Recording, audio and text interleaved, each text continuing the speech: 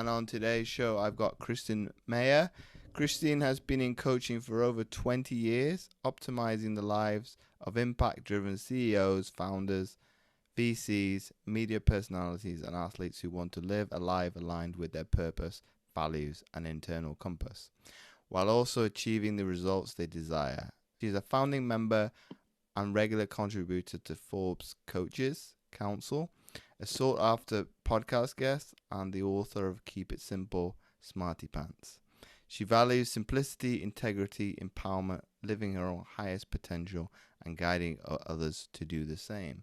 So welcome onto the show, Christine.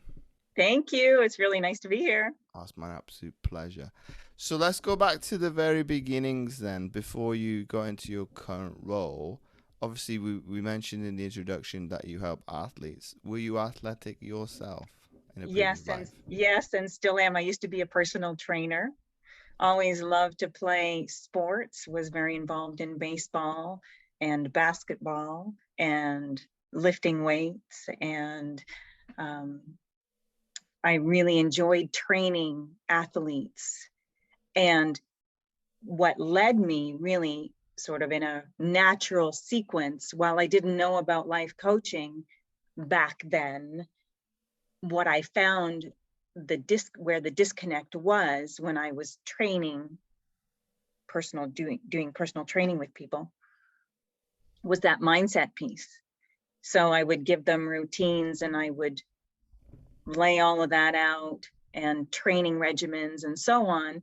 And that piece of the mindset, the mood and attitude, the perspective was the piece that kept them moving forward or kept them from achieving their desired goals. Why do you think it's taken so long then for the fitness industry or coaching as a whole to embrace mindset? And why has it taken almost, well, you could say probably in Europe, maybe a decade to be able to embrace it as an equal towards health and fitness and also nutrition? I don't know why it's taken so long. I think that most humans are wired to believe that action is what accomplishes the most. Action is how you get what you want. Action is how you avoid what you want. But if you understand how thoughts create in the first place, thoughts are creating 99% of your reality before you ever see it. So truly, if all athletes, if everyone would spend more time visualizing and thinking about what they want and talking about what they want versus talking about what they're trying to avoid, versus talking about their previous failures. Now, we all have failures. We all have, and I don't mean failures in the sense that we actually fail. I mean what we believe to be failures. We all have things that we haven't accomplished. We all have things that we want to accomplish yet. And if we would put more time and intention on speaking about those intentions and speaking about our desired outcomes, speaking about what we want, thinking about what we want, versus talking about the things and thinking about the things that we don't want and are trying to avoid, we really would achieve much more wanted than unwanted. And so why has it taken people so long to understand how important mindset is? I think it's just a misunderstanding of the part of action and the part of thought creation. Well, we've all got the ability to do it. We just lose sight of it. And this is probably something I probably do in my coaching is to step back into the shoes of what you were like as a child. Because people have ambition, they have dream. But for whatever reason, because of social pressures, obviously that gets kind of squashed on and trampled out because of it could be from family members, kind of they've got the best intentions of you at heart, but oh no, don't do that, it's too risky. And obviously if you hear that enough, obviously you're going to start believing that, because based on what you just said with the thoughts, because you're absorbing somebody's beliefs. Right. And so many of us expose ourselves to many opinions and others' beliefs. And so something that's really important is to take a step back and ask yourself, what do I want to believe? And does that belief feel good to me?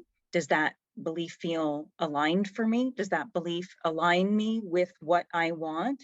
Does that thought help me move toward what I want? Does that thought have me believing that I can have what I want? Or is it diminishing me? Is it disempowering me? Is it having me? And none of those thoughts are wrong, meaning if you don't believe that you can have what you want, or if you believe someone else's opinion about you, it's okay.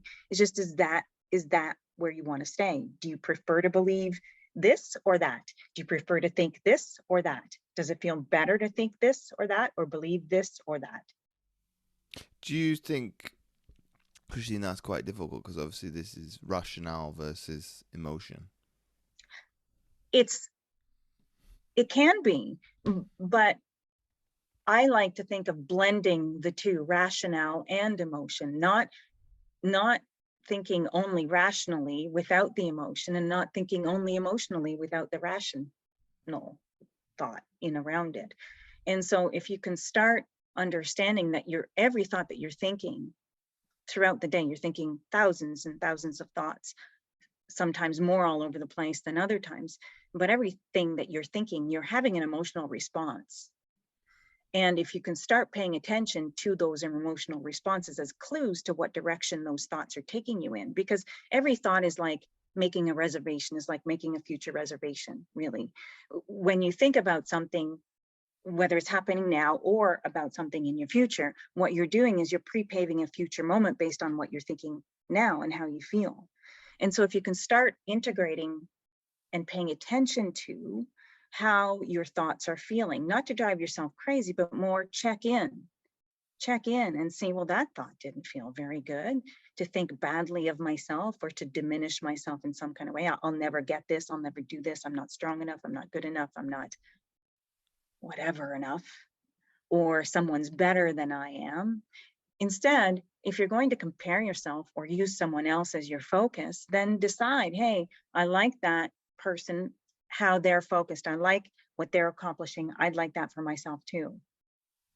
So there are clues along the way, those emotional cues that are always there to let you know which direction, what you're in the process of making a reservation for. If it feels bad right now, you're making a future reservation for something that you don't want. If it feels good right now, you're making a future reservation for something that you do want and do prefer, that is more aligned with what you want.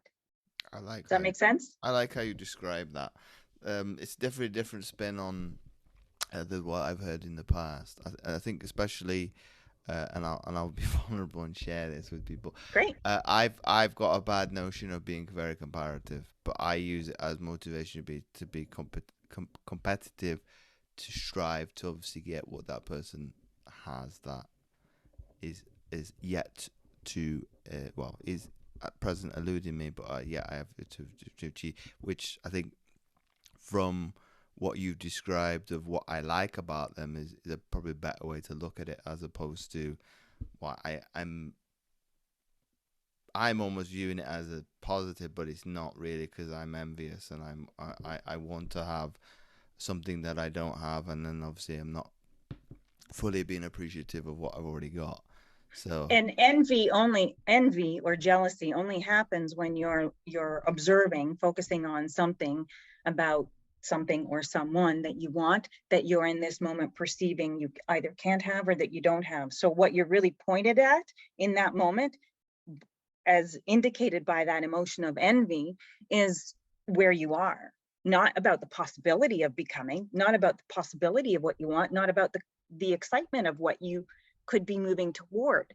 Because a desire doesn't have to feel, an unfulfilled desire, whatever that desire is, achieving a certain goal, achieving a certain time, achieving a certain weight, let's say, since we're talking fitness here, doesn't have to feel like a void. It doesn't have to feel like a longing. It can feel, and you want it to feel, in fact, exciting. You want it to feel like it's calling you. So when you observe someone who's doing something that you haven't yet been able to achieve, could that not be incentive to say someone's done it? yeah, I've never thought of it like that. And could you not, in your mind, or DM them, whatever it is, whatever your thing is, say thanks for demonstrating to me in a real life example that this is doable. You don't think to do it though, even in this stage of accessibility, and readily having access to people, be it Facebook, Instagram. Because most of us are diminishing ourselves in that situation. That person's got that or has achieved that, and I haven't. Therefore, fill in the blank. I must be fill in the blank, and it's usually not a Oh, I self never go to compliment. that extreme. It'd be they've done this, but I don't focus in on what you've just mentioned in terms of there's no buzz or excitement. Is almost, well, you said void. Yeah, there's like a nothingness, as in there's no emotive attached to it, which obviously is not good or bad, and depending on what you read or listen to, obviously it either hit neither here neither there in terms of that emotional state. But not having a buzz about things as like a motivational tool would obviously help in the long run, because it would be, well, okay, somebody's done it. Use the example that you said of to get in touch with them, and obviously most people would maybe be willing to showcase how they did it, and then you could see the steps in black and white as, oh, okay, it's not as challenging or difficult as Or I elusive. perceive it to be able to do it. It's just a case of following in that person's footsteps. Okay, this is probably where coaching comes into the fore, because obviously that person's already done it for the majority, and they can keep you on track towards that, and then any sort of emotional distress or self sabotage that you bring up, they could kind of go, well, okay, what exactly what is happening? How many times has it happened before? I think I would mention this with a client beforehand. Of even I'd done it, but it was, I wasn't on the particular call. I caught the replay. Somebody was had 2 successful months in business, and they couldn't put their finger on why the 3rd month was not so great. And for them, there was almost like this. Obviously, coaching would call it self-sabotage, but be it you're creating comfort because for whatever reason you deem you don't deserve to have the success, or you can't reproduce it, which obviously if we would talk about rationally is utter stupidity, because you've done the work. And why would you not want to reap the reward over and over and over again? For me, obviously, it's so people get a sense of I can't put my finger on it whatsoever, because I've come from an environment where obviously success breeds success in sport, and because I'm in a different, so to speak, environment, what is business, it's like, well, if I have success, I can't replicate it. I know I can replicate it, but subconsciously I do whatever it is at a beginning of a month or a quarter to make sure it doesn't happen again. Whereas if people were to look at that and say, well, that don't make no sense, because why would you want to deliberately create conflict and to create some undoing,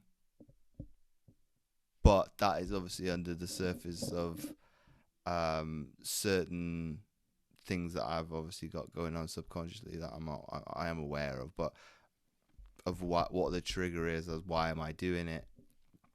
I'm fascinated to find it, but having somebody else share their specific story is easier, because obviously I don't have to be vulnerable, and it's like, okay, let me listen up to what the solution is, and from that, I've not written the post yet, but I'm going to, and I need to, and I'm going to have to hold myself accountable to do it, because it would be very, very useful for other people to read of that, because for that particular person it's happened once. It's happened to me numerous occasions this year alone, and it's happened to me numerous occasions in the past. just by showcasing. So for me, it's trying to go, well, why is it happening repeatedly, and why am I not learning from it, and thus being able to be proactive to say, hang on a second, brain, I'm in control. I don't want to stop because I'm, at the end of the day, working in a space that's helping other people. So if I back off, I'm letting other people down. So perhaps I also like to ask the question, instead of why is this why does this pattern keep showing up, and why am I repeating it?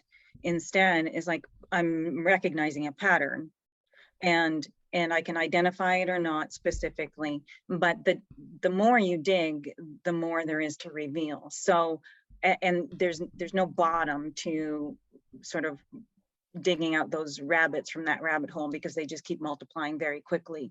And so I like to redirect and say, all right, well, I've recognized a pattern, and that pattern is not feeling very good to me. And so what do I prefer? What is it? What is the outcome that I want? Or what kind of direction do I want to move in? And what would I prefer? And how do I prefer to feel? And so instead of going backwards, I like to look forward, because again, there's that choice where I can keep digging and digging and digging and digging, which is very common for humans. We want to identify what the cause of that was, what the reason for this is, and we want to understand it. And then after we understand it, we want to explain it, or while we're understanding it, we want to explain it to everyone that might be watching us or might be asking us. We want to justify it, and then we keep perpetuating it. The more you do that, the more you justify and explain it to yourself or anyone else, the more you perpetuate it. And so if you recognize something and you recognize that you want to change it, then point yourself in the direction of the change, rather than pointing yourself in the direction of where the problem came from. And a lot of people think that, well, I have to go back and fix that problem, don't I? Like, I have to really identify what caused that so that I can avoid it in the future. And I always say, what you're trying to avoid, you're going to include in the mix of your future reservation. What do you want in that future reservation? What you're trying to avoid also, along with what you want, or what you want? Well, you can't balance the two. It's not possible, because it's you'd be in well, you state get of conflict. then you get some of that, some of what you want, and some of what you don't want, some of what you want, some of what you don't want, and then you start to wonder, why does this never really work out for me? And that's why, because you're bringing your past into your future constantly. We all do it. We all perpetuate. When we get ourselves into some corner that we don't like, or some situation that we don't like, some condition that's happening around us, or some reality that we're living. And I'm not saying people are not living realities that they don't want. They are. But the only way you're ever going to get out of that is to take some attention off of it and put it on what you prefer to live, what you prefer, what you want, what you desire, or pointing it at something that is working in your life. Because the more you point it at the problem, the perceived problem, just picture yourself digging a deeper hole. And like I said just a few minutes ago, there are lots of rabbits in that hole, and rabbits multiply really, really fast. We all know that. And so it's a never ending hole that you're going to go down. So at some point you got to say, all right, there's a hole there. I'm not going to go down it. I'm going to go over here instead. And it's training like anything is. When you go to the gym, when you go do a workout, you don't get results today. You might have sore muscles from your workout. You might be winded from your workout. So you got results, air quotes here, you got results. But the longer term results do take some time. It takes practice. It takes consistency. And it's the same thing with mindset. It's the same thing with paying attention to how you feel and deciding how you want to feel, deciding which direction you want to direct your focus. It takes doing it over and over and over and over and over again. But eventually, you see the results of that in the sense that it becomes easier. And also the manifested results. Also, things are working out better for you. Not that things weren't working out for you before. That's another false premise, is that when things are not going well, it's like things are not working out for you. But everything is for you, not against you. Everything is always moving you toward your expansion, not toward your regression. It's just a matter of, are you taking it or not? Are you resisting it or not? Are you allowing it or not? Are you diminishing yourself in this moment, or are you uplifting yourself? Are you patting yourself on the back for a job well done, whether it was a job well done according to anyone else or not? But that really is part of the trick here. What are you saying to yourself? What stories are you telling yourself every day, all day long? And you can improve those stories constantly, and they don't have to be big leaps in the stories. You don't have to change them. You don't have to say, I've never done this before and I don't know if I can do it. You don't have to go from there to, I can do this and I will, if you don't quite believe it. But you can go from, well, I've never done this before, and I've shown myself that I've done some things that I've never accomplished before. I've shown myself that I can stick to it. I've shown myself that I can be easier on myself while also having a good time and getting to where I want. I've shown myself, I've seen other people do it. So that's how you start bridging those stories. You don't tell yourself something that you feel is an outright lie. I am, and I do, and I will. It's more, how do you bridge that? How do you bridge that gap? And you do it a little bit at a time, just like putting stepping stones. I talk about that in my book, about putting stepping stones. Let's say you're standing on one side of a 20-foot stream and you want to get over to the other side of the 20-foot stream. Well, so you and I are standing on this one side, and I say to you, what do you want? And you say, well, I want to get over to that other side. And I say, okay, great, awesome. How are you going to get over there? And you say, well, I'll just jump. And I kind of give you a weird kind of look, and you say, what? And I said, well, okay, give it a try. And so you jump. Where do you land? Not very far from where you were, face flat in the water. Like you didn't make it. And then you keep trying, and you keep trying, and you keep trying. And you turn and look at me and you say, this doesn't work. And I say, oh, there's so many ways that this could work. So come on back over here. Let's talk. And I say to you, okay, now that you've tried that, what else could you do to get across to the other side? And you say, well, how about putting some stones across that stream? I'm going to go and I'm going to grab some stones and I'm going to lay them down. I'm going to put them across the stream, and I'm going to step on those stones. I'm going to step on this one. And then when I get my balance, I'm going to step on this one, and so on. And then soon enough, I'll be over on the other side of that stream. And I look at you and I say, awesome idea. That's great. Now do that in your life. Don't try to get from here to there all in one leap. You showed yourself you're going to fall flat on your face. Don't try to overcome things by making affirmations that you don't believe. Make affirmations that you know. Make affirmations that make you feel confident, not diminished. So yeah, keep putting those stones across that stream, and eventually you get there, which means just keep deciding what feels better. What would I rather believe? What would I rather choose? What do I prefer? What feels better to me to believe and to think and to tell the story of what is and where I've come from, and the troubles and again, everybody's got a history. Everybody's got a history. Everybody's been disappointed in things that they haven't achieved yet, things they wanted, they didn't get. That doesn't mean that life stopped. That doesn't mean that you ended. Did you expand as a result? You sure did. Did you desire even more? You sure did. Did you get clarity about what you really do want and what you really don't want in those moments?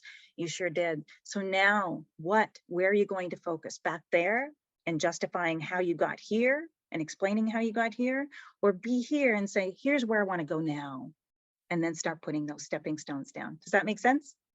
Mm-hmm. But why do human beings then want to be, well, we'll use the title of your book, Smartypants, in terms of that's not possible for most people to jump 20 feet. I don't understand your question. Why do people not take the simple? Why is this overall enviousness of making it harder than it needs to be? I don't. I don't know. I do know, but it's kind of ridiculous, isn't it? And I mean that lightly. I'm not making fun of people. I'm laughing at myself as well, you see, in moments like those, because we all want to prove that we're worthy. We all want to prove it. We all want to earn it. That, I mean, look around you. The whole world is asking you to prove something, or show me that you deserve it, or you need to earn it before you get it. And so it's so ingrained that it does take a different perspective. It does take a different vantage point to start thinking about, well, wait a minute, I was born and I'm worthy. I was born and I don't need to prove anything to anyone. That's people who around me who decided they needed me to prove it to them for some kind of reason. I don't need to earn anything. And you might get people going, what do you mean you don't need to earn it? This conversation has nuances in it, but at the core of us, there is no earning required, but it's still so ingrained that we still feel like, I need to show you that I deserve this. I need to show you or me that I am worthy of this. And so, yeah, we throw in a whole lot of hardships onto our own path to make us feel like we have earned it, to validate the good that we receive, instead of just allowing the good that is ours, a birth given right. Again, nuances, and I can hear people going a little bit, but those are the foundations. But does the school system not having to have something to blame for this to some extent? Doesn't matter where you are in the world. Obviously, every education system is slightly different. But to give some sort of hierarchy in terms of, I use Britain because it's probably easier to be able to explain, of, GCSEs, of come 15, 16-year-olds, it's make or break for a person's life. Whereas I've worked in that system, so so when you see the kids come out the other side of not getting the grades that they needed in life, they're kind of going, well, you told us right. It's like, well, that's why we're the adults. So if you were to put the work in, then you don't have to do it over. But, and this is a big but, what is wrong with having to do it over again in the first place? So say you got a B, you want to get A, you can do it again. If you, I'll use my particular self as the example. I got American high school diploma, and for that qualification, I had to do my GCSEs over. So I do English, maths, and IT. I was livid because I wasn't very happy about it, and I've got degrees. So this is probably something that comes to your point of, I'm having to prove a point to a different qualification body, whereas in my mind, or in any rational thing of it, well, I must be smart enough in English, maths, and IT to be able to get a university degree. But I obviously was not very happy with doing it. But I've got qualifications that I don't need, but now, but I think that notion of, not being good enough is probably epitomized a lot, especially in this country, in Britain, because I only have to talk to my mother and my aunt about it, because they're the era of grammar schools, of they had to get a certain grade to get into what is technically mainstream education, and even with that, there was no guarantee, even if you passed, to go to that. So they'd move the barrier of entry to be able to be included. Okay, both of my family members did go, but whereas if you look at it nowadays, if you watch the news, they're not projecting. They're announcing unprecedented like high grades. Like, well, the things are getting easier then. If people get, year on year, people are getting better grades. It's not great because it's creating a ecosystem that is not sustainable, because eventually it's like, well, there's gotta be winners and losers, because that's what the real world looks like. And okay, I think because we demonize failure so much, and then obviously people label themselves as failures as a result, there's the problem. Whereas I'm not saying athletes do this, but they probably do it a little bit.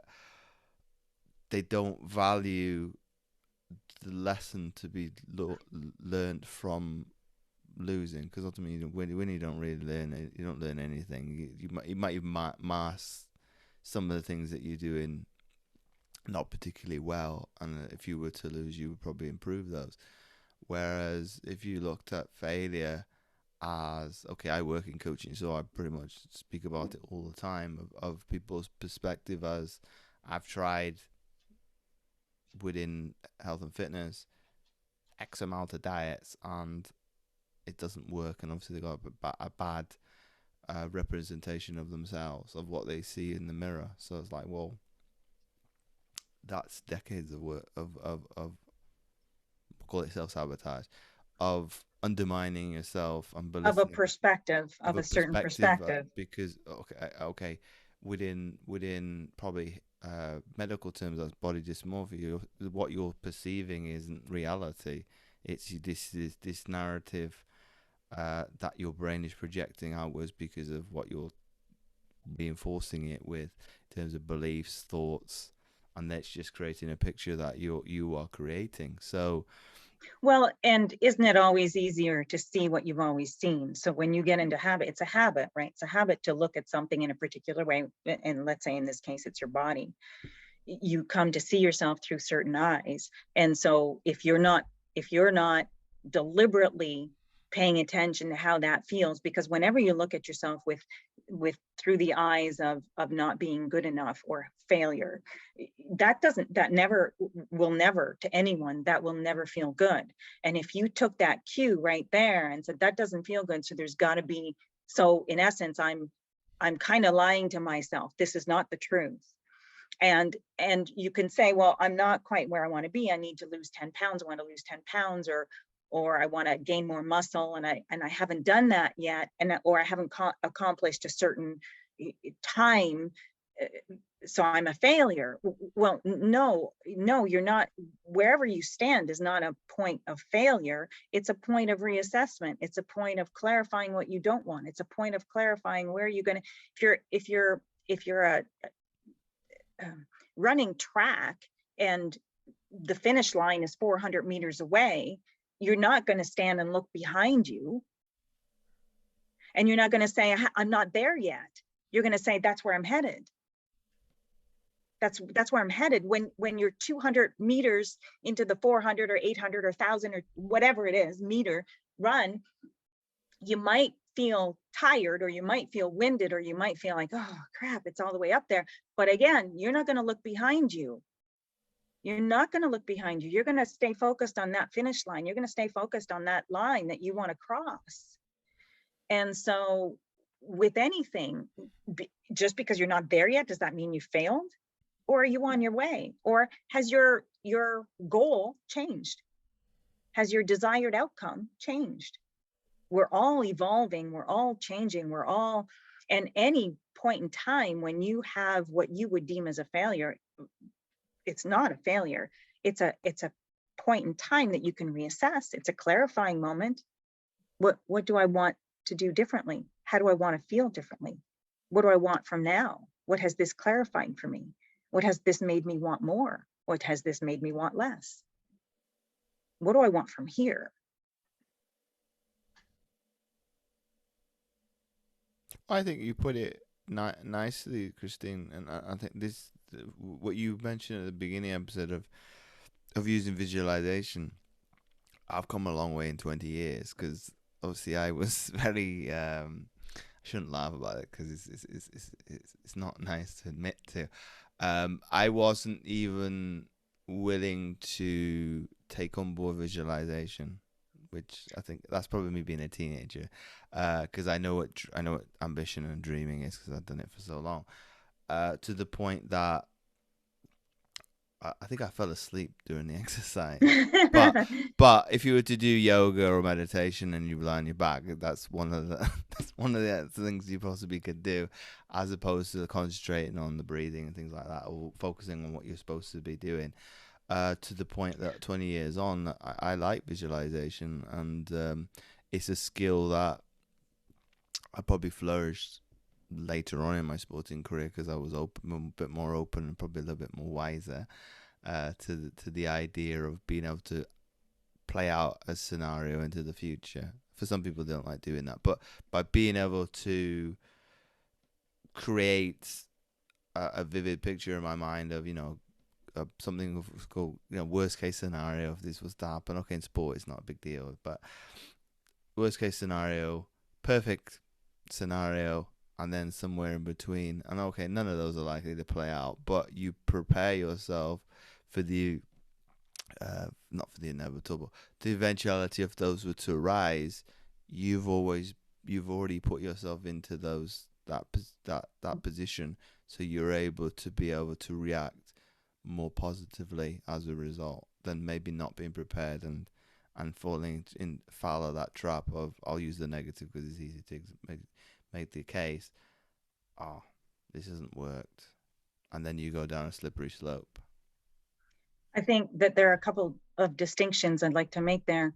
When you're visualizing, a lot of people visualize or take the idea, the concept of visualization to try to make something happen.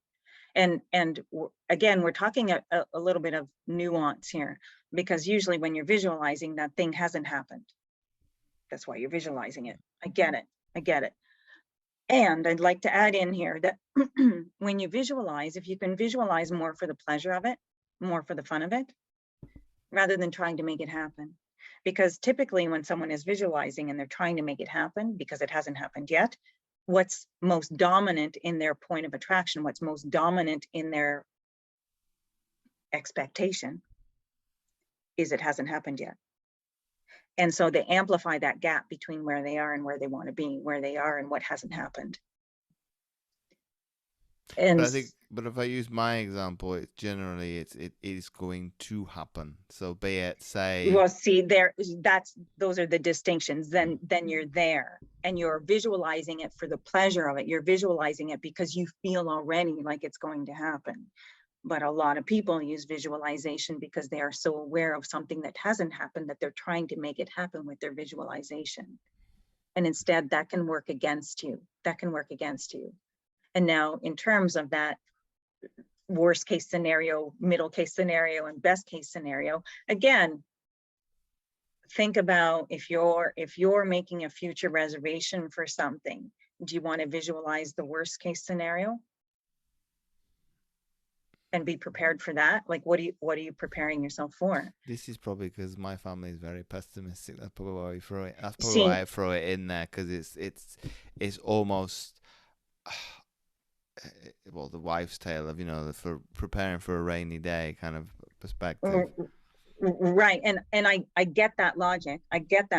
But from that point of attraction perspective, from that creation perspective, from that perspective that you're always, the universe can't tell whether you're imagining something or whether you're actually living it. There's no distinction there. It's always responding to where your focus is.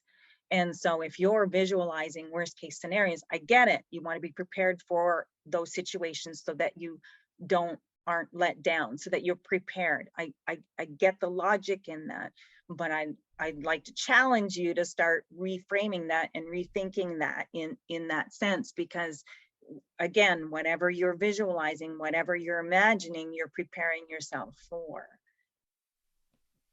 You're pre-paving for that. So what scenario would you rather have play out? The more pleasing one or the less pleasing one? Again, I'm not wanting to say what you're doing is wrong. It's simply from that place of what are you preparing yourself for? Disappointment? Yeah, I understand where you're coming from, Christine. Yeah. I think it gives me another perspective to look at it in the sporting world. That probably would work, because obviously you are in the moment in terms of preparing for something that is, if you do the work, it's going to happen. Whereas maybe, if we say quote unquote, in the real world, that doesn't help, because obviously if you focus on the negative, obviously the negative is going to happen. So if you were to reserve, as you said, you want to be in abundance, you want to focus on the positive. Yeah, and you know, along the way, focusing on what is working along the way, focusing, training yourself to be tuned to the things that are working, training yourself to see abundance in areas, training yourself to believe in well-being, training yourself to believe in things are always working out for you, and being less conditional. Again, here we're talking athletes and achieving certain goals, perhaps. So training yourself to desire something, have a desired outcome, and know that you can have it, but being flexible in how it comes about, being flexible in understanding that your identity is not all wrapped up in the win or the loss, understanding that finding another goal in addition to perhaps winning the race, let's say, would be feeling good about it, feeling good that I applied myself, feeling good that I focused, feeling good that I felt positive about my training. I found the positive aspects of the training that I was doing on a daily basis. I found things that I liked. I appreciated my body while I was working out, and I thanked my legs and I thanked my feet, which sounds ridiculous. The other day I was driving and with my daughter, my 13-year-old daughter. This will seem off the subject, but it's demonstrating an idea here. And so I was driving and I call my vehicle Elsie, and I really like Elsie, and I treat my vehicle like a person. So we were driving and I was saying, thank you, Elsie, for taking us wherever we want to go, whenever we want to go. Thank you, Elsie, for giving us plenty of choices of music. Thank you, Elsie, for keeping us comfortable and warm in the winter and cool in the summer. And thanks for this beautiful skylight. And I went on, and my daughter's giving me the look and rolling her eyes. And she said, you're weird. I said, I know. And the point I'm making here is that we can all take the time to appreciate things along the way. We can appreciate how strong our body is, how it's our best friend. Because why? Because it's been with us, the only thing that's been with us from day one, isn't it? And it responds to our requests, it responds to our asks, it takes us wherever we want to go for the most part. And even if it doesn't, we can go there with our minds, and it acknowledges our requests of it, and it knows what to do. The blood is pumping through your veins, and you don't have to think about that. Your heart is pumping, your eyes see, your ears hear, and you're translating things constantly, and the cells of your body are communicating. Like, there's so much to appreciate about your physical being without needing to win a race. Now, you can have those personal goals, and I say, yes, go for it, because any kind of goal, any kind of desire is a reason for that energy to flow, is a reason for you to draw energy in and flow it out. And you are here to accomplish the things that you want. But along the way, there are so many things that we can be taking the time. After every workout, when I'm stretching, I thank my body. And as goofy as that might sound, it's like, what story do I want to be telling my body? How do I want to think of my body? Oh, you failed me because you have a sore ankle, or you failed me because whatever. Is that how you want to speak to your best friend, the thing that's been with you since day one? Heck no. So that too is speaking to performance as well. Well, it's hard, isn't it? Because obviously you're not preconditioned, but Well, if you, you kind of are preconditioned. You know, you listen to other people, you watch what other people are doing. You see how they're hard on themselves. They beat themselves up for not winning, for missing the mark, yeah, whatever but that. you would obviously challenge that if you saw it, because you'd be, why are you beating yourself up? But this is probably where it perplexes me, the human psyche of what, if we're aware of it for others, why do we do it to ourselves? I think that we watch other people doing it, and we do take on habits of other people, and it's somewhat frowned upon to be complimentary of yourself, to be loving of yourself. Again, that's changing now. Those things are changing, but there are still a lot of ingrained habits that are perpetuated through the masses that we all adapt and adopt. And so I can see over the many coming years that some of us will be kinder to ourselves, will be gentler to ourselves, and things will change in that regard. But when something goes wrong, inherently at the very core of all of us, we know that things are supposed to go well for us. So when something goes, again, air quotes here, wrong, because I don't see things as wrong, I don't see things as failures, it's a different perspective. So when we perceive that something's gone wrong or we've done something wrong, then we can't help but blame ourselves. We bring it inward, or we blame somebody else, because we've got to find a reason why it didn't work out for us, because at the very core of us, we know it's supposed to be working out for us. And in our moment of whatever that moment is that's happening, we're not necessarily going to see that it's working out. We're going to look at and see where we went wrong, what we did wrong. I should have tried hard enough. I should have done more. I should have practiced more. I should have whatever more. I should have, instead of saying, all right, well, that happened. Now what? What can I take from this? What do I want to take? What do I want to make this mean? There's the introduction of that. What am I making this mean? I'm making it mean that I'm a failure. I'm making it mean that I'm not good enough. I'm making it mean that I'll never make it. I have a very good friend and former client. He was coach for a Major League Baseball team. And he found ways to keep reframing things, because can be a very unstable world in the baseball world. And when things would happen, he had to continue reframing. What am I making this mean? Am I making this mean that I'm a failure? Am I making this mean that I'm not good enough? Because it took him a long time to get to the major leagues. But did that mean that he wasn't that there was no value in where he was on his way to the more that he wanted, to what he really wanted? And so again, that's a different perspective. Understanding of where I stand now is still of value, is still a benefit. Have I failed, or am I still on my way? And to bring that example in that we talked about earlier, if you're running that 800-meter race or 400-meter race and you're 200 meters in or 100 meters in or 50 or whatever it is, have you failed, or are you still on your way?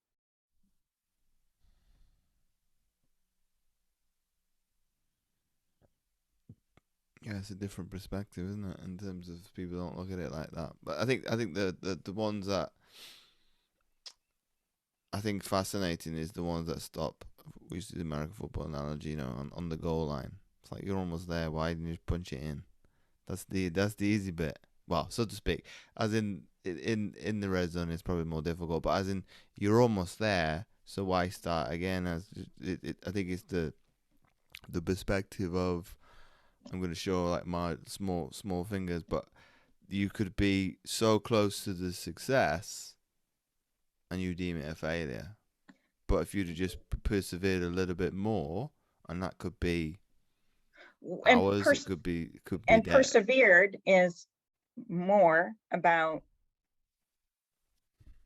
what are you telling yourself? What are you telling yourself? It's hard. Right. Well, I probably don't use I don't probably view perseverance in that way, but as in it's viewed as difficult as what you've come from. Right. And perseverance is more about, what mood and attitude do I choose now? Am I going to let the conditions get to me? And am I going to let the fact that I haven't crossed the finish line yet get to me? Am I going to make me turn around and go back to where I came from? Am I going to assess where I am right now and deem myself a failure for not having made it to the finish line? Can I reassess? Do I want to make it to that finish line?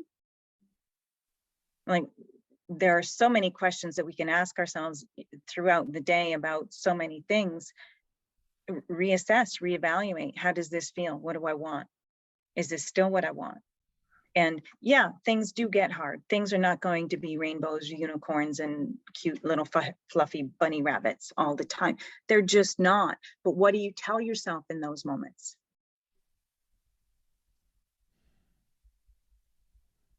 Probably harder. And what do you make it mean? And what do you probably make it harder on mean? myself than I probably ever imagined. Then, I'm talking subconsciously, not consciously.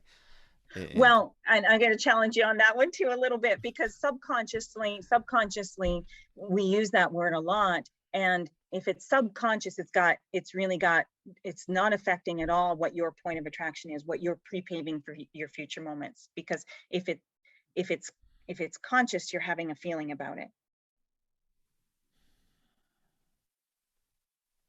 So I like to make that distinction between subconscious and conscious. So if you're thinking it, it's not subconscious. You're having a feeling about it, and it's letting you know what you're pre-paving, what you're in the mix of doing right here now. So is it a little bit of an excuse then, or using how would I even describe this? Using the subconscious as a reason or a rationale behind obviously what you state is in the consciousness, and I'm having control over it. So utilizing a label to be able to use it as, I shouldn't really use it as an excuse, but as in an example of framing it to then obviously it's somewhat out of my control. Right. And there are plenty of things that are out of your control. Let's admit it. There are plenty of conditions that are out of your control, but what is in your control, what is in your charge, what you can mold is how you think and how you feel. Now, if you've got a habit of thinking and feeling and thinking and feeling and thinking and feeling in a particular way, then it does feel very hard to shift that. And that's why that example of the stepping stones, you do it gradually. You keep asking yourself, is this really what I want to believe and keep thinking? Or is there something else I'd rather think? Do I prefer to think and feel this way or this? Sometimes it's that logic. It's, well, do I prefer to believe that I'm a loser or that I can't, or that I can? Well, clearly that I can. Do I prefer to believe that this is impossible or that it's possible? Well, it feels way better to think that it's possible. Does it feel better to believe that I'm capable or incapable? Like sometimes just bringing that just plain and simple, and keep it simple. Smartypants, right? Is like, it can be very simple. Does it feel easy? Not always, because if you're in a habit of doing something else, it's just like if you're in the habit of walking into the bathroom and flushing the toilet, you're going to do it when the power's off too. You're so habituated to doing that thing that it's going to take some thinking on your part to say, okay, don't flush the toilet or leave it, right? Because that habit is so ingrained. And it's like any habit of thought is ingrained. And so does it take practice to shift it? Does it take practice to start thinking something different than what you have been? Well, yeah. And there's no reason to beat yourself up if you can't get a hold of a new thought, a different thought for a very long time. Because again, what you think keeps thinking, and what you think is easier to think today again than it is to think something new. And that's another habit that people get into. They wake up this morning thinking what they thought yesterday because they haven't been intentional. They haven't said, okay, today I want to feel good. Today I want to think about things that feel good. I want to focus on those things that feel good. I want to think about things that feel beautiful. I want to think about how capable I am and able I am. And instead, they wake up with the same thoughts that they had yesterday. And then they say, well, I can't get out of this. Well, you can. Does it take practice? Yes. Does it happen overnight? No. Does it take some new habit forming? Yeah, like anything, a new habit takes time. And habits are just repetitive motion, right? Repetitive repetitive doing, repetitive thinking. And so like that, we all have habits of thought. We all have habits of perceiving certain things, perceiving ourselves, perceiving our abilities, perceiving others. We have so many habits of thought around the things in our lives and ourselves that it does take time to then shift that and start perpetuating something different. It's like if you were in a car and going 100 miles an hour, you don't just slam on the brake and stop. That would be a little bit hard for everybody in the car and the car itself. Well, I think the car would probably flip upside down. You see, great analogy then, right? So how do you expect that you could do that? You're not. But can you slow that car down? Yeah, you can. Yeah, you can. There's momentum there, but you gotta slow it down. And that's again another point, is as you begin to think, wherever you keep thinking the way that you have been, or you start thinking slightly differently and pointing yourself in a different direction, either way, you can start momentum in a different direction, or the momentum that's already going is the one that keeps you going. So if you've been thinking and feeling about a particular subject or several in ways that feel more negative and don't feel very good to you, to start thinking differently, and it doesn't even have to be positive, it's just slightly less negative. That's the stepping stone. This sucks to, well, it sucks, but it doesn't always suck, or it could be suckier. And that doesn't sound like a great thought. No, it's not, but it's a stepping stone, isn't it? Mm-hmm. Doesn't suck all the time. And then you keep going. Well, some of it isn't so bad. I do like some parts of it. That's another stepping stone. Like, well, it is what it is for now. I'll do this for now. I am where I am. Great. Another stepping stone. Still not positive,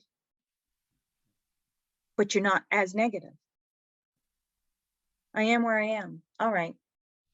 Well, I've always figured things out. Now you're starting to feel a little bit better. Things always have a way of working out for me. Or maybe you have a thought that says things never work out for me.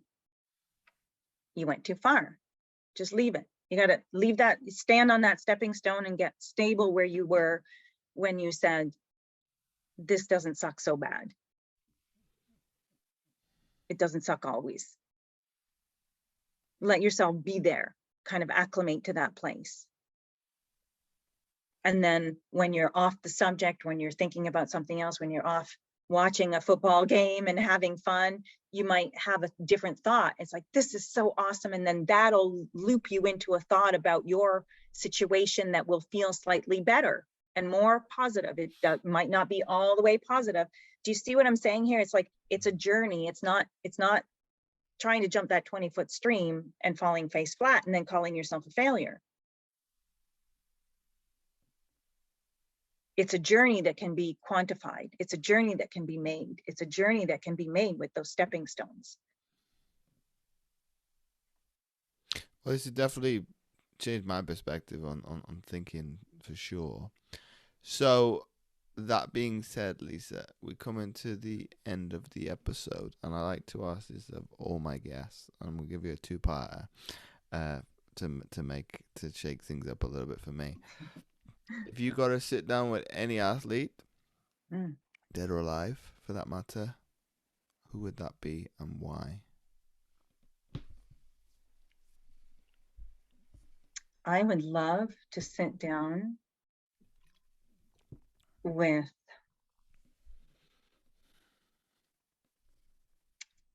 the basketball team, the whole team. I can't even think of what they're called now. Those guys. You mean the dream team? No, the I'll have to come back. Yes. Harlem Globetrotters. Yes. I would. Why? Because I watched them as a kid and they fascinated me, and they always looked like they were having a ball doing what they were doing. And in fact, I love having conversation and sitting down and talking to anyone who's excited about what they're doing. When they get in that zone watching an amazing musician or anybody doing what they're doing and loving it. But the Harlem Globetrotters would be sort of like a full circle kind of thing, because I grew up watching them and really appreciating them. And my second part to that question, if you had to sit down with any coach, dead or alive for that matter, who would that be and why?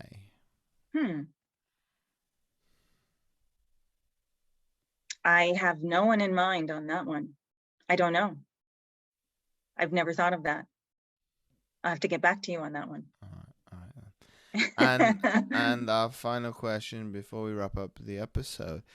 If you had to summarize what we've been speaking about into one sentence for people to take away, what would that be? Your mind is probably more powerful than you think it is, and you have way more ability to mold that tool than you're giving yourself credit for. So, Christine, once again, thanks again for coming on the Mindset Athlete podcast. Thank you. This was really fun. It's been my absolute pleasure.